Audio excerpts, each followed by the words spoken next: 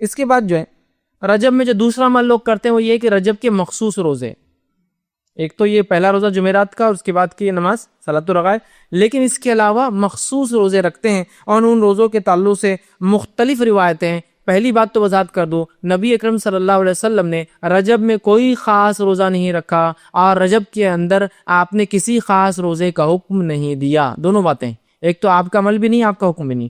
نبی اکرم صلی اللہ علیہ وسلم رجب میں کوئی خاص روزہ نہیں رکھا اور کسی خاص روزے کے رکھنے کا حکم نہیں دیا، یاد رکھیے۔ اب جو لوگ یہ روایتیں بیان کرتے ہیں رجب کے روزوں کی، وہ سب من گھڑت ہے، یاد رکھیے۔ یا محدثین کے اقوال ایسے موجود ہیں کہ جب تم دیکھو کہ کسی حدیث میں یا کسی عمل کے بہت زیادہ فضائل پتہ چل رہے ہو تو جان لو کہ یہ فضائل من گھڑت ہے یا وہ حدیث من گھڑت ہوں گی، صحیح روایتوں کے مقابلے میں۔ یاد رکھیے صحیح روایتیں، جیسا مثال کے طور پہ شب قدر کی فضیلت کیا ہے؟ 1000 مہینوں سے افضل ہے۔ اب کوئی کہے شب قدر کے علاوہ کوئی ایک رات آتی ہے وہ 1000 مہینے نہیں 2000 مہینوں سے افضل ہے، تو آپ سمجھ جائیے کہ یہ گڑبڑ ہے، کہ تو ہائیسٹ لیول آف ثواب رات میں جاگنے کا وہ 1000 مہینہ ہے۔ اب کچھ لوگوں نے اس کو اگر ہم 1000 مہینوں کو اگر سالوں میں کنورٹ کرے تو ہوتا ہے 83.83 سال اور 3 مہینے، ٹھیک، یہ اس کی عدد ہوتے ہیں۔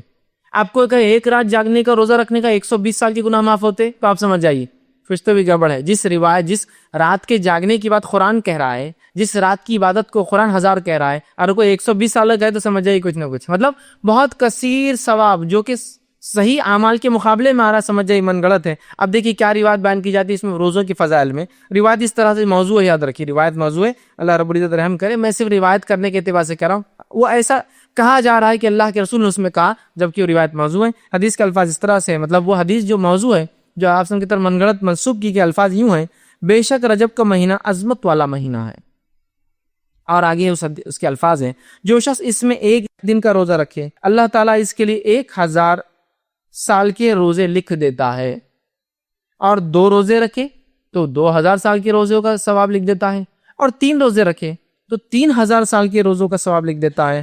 پھر اس کے اندر ہے اور جو ہے لکھ دیتا ہے، اور اگر 7 دن کے روزے رکھے تو اللہ جو ہے اس کو جہنم کے دروازے اس کے لیے بند کر دیتا ہے، اور اگر 8 دن کے روزے رکھے تو جنت کے پورے دروازے اس کے لیے کھول دیتا ہے، اور جس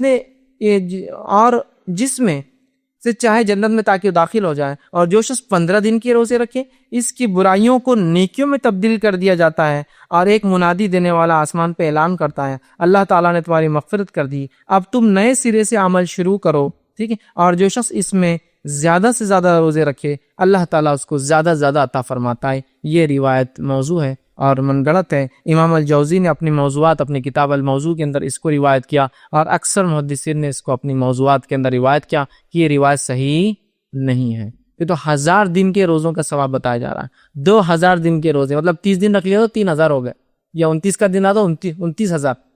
اللاجیکل بات ہے، اس لیے کہ دیگر اعمال پہ، شب قدر پر یا رمضان کے روزوں پر یہ فضائل کی بات نہیں آ رہی، یاد رکھیے۔ اسی لیے میں نے کہا کثرت سے جب فضیلت آئی کسی چیز میں بہت زیادہ جو صحیح کے مقابلے میں ہو تو سمجھ جائیے کچھ نہ کچھ گڑبڑ آ رہی ہے اس کے اندر، ٹھیک ہے۔ تو بہرحال دیکھیے کس قسم سے بات آئی ہے، یاد رکھیے یہ تمام چیزیں جو ہے موضوع ہے۔ اسی طرح اس میں ایک خاص نماز کا بھی تذکرہ آتا ہے روزے کے ساتھ، کہ روزہ رکھے اور نماز پڑھے، وہ اس طرح سے بیان کیا تھا، اور یہ بھی روایت موضوع ہے، جھوٹی ہے لیکن لوگ عمل کرتے ہوئے کیا ہے، حدیث کو ایسا بیان کیا تھا جو کہ جھوٹی ہے: جو آدمی رجب میں 1 دن کا روزہ رکھے اس میں 4 رکعت اس طرح پڑھے کہ پہلی رکعت میں سورہ جو ہے فاتحہ کے بعد جو ہے 100 مرتبہ آیت الکرسی پڑھے، اور پھر دوسری رکعت میں 100 مرتبہ سورہ اخلاص پڑھے، مطلب پہلی رکعت میں سورہ فاتحہ 100 مرتبہ آیت الکرسی، دوسری رکعت میں سورہ فاتحہ کا 100 مرتبہ سورہ اخلاص پڑھے، تو اس کی موت نہیں آئیں گی یہاں تک کہ وہ جنت اس سے دکھا لیا جائے، یا جنت میں اس کا ٹھکانہ نہ اسے بتا دیا جائے۔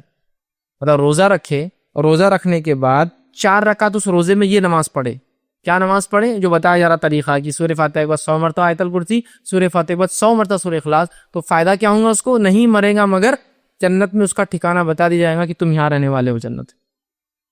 یہ صحیح روایت نہیں ہے، یاد رکھیے یہ موضوع ہے۔ تو بہرحال اس مہینے کے اندر کوئی نماز ثابت نہیں، یاد رکھیے کوئی روزہ خاص ثابت نہیں۔ اسی طرح ایک اور جو ہے بات نبی اکرم صلی اللہ علیہ وسلم کی طرف منسوب کی جاتی ہے، ایک اور روایت بیان کی جاتی ہے رجب کے فضائل میں، وہ کیا ہے وہ بھی رکھ دیتا ہوں۔ یوں بیان کیا ہے: جو شخص رجب میں 3 دن کے روزے رکھے گا اللہ اس کو پورے مہینے کے روزوں کا ثواب لکھ دے گا، اور جو 15 دن کے روزے رکھیں گا اللہ تعالیٰ اس کے لیے اپنی رضامندی لکھ دے گا، اور جس کے لیے رضامندی لکھ دی جائے گی اسے عذاب نہ دے گا، اور جو پورے مہینے کے روزے رکھیں گا اسے اللہ تعالیٰ آسانی سے اس کا حساب کر لیں گا۔ یہ روایت بھی صحیح نہیں ہے، لہٰذا ہمیں پتہ چلا رجب کے اندر کوئی بھی عمل نماز کے معاملے میں سنت سے ثابت نہیں، خاص کوئی بھی عمل اور روزے کے تعلق سے خاص سنت سے ثابت نہیں۔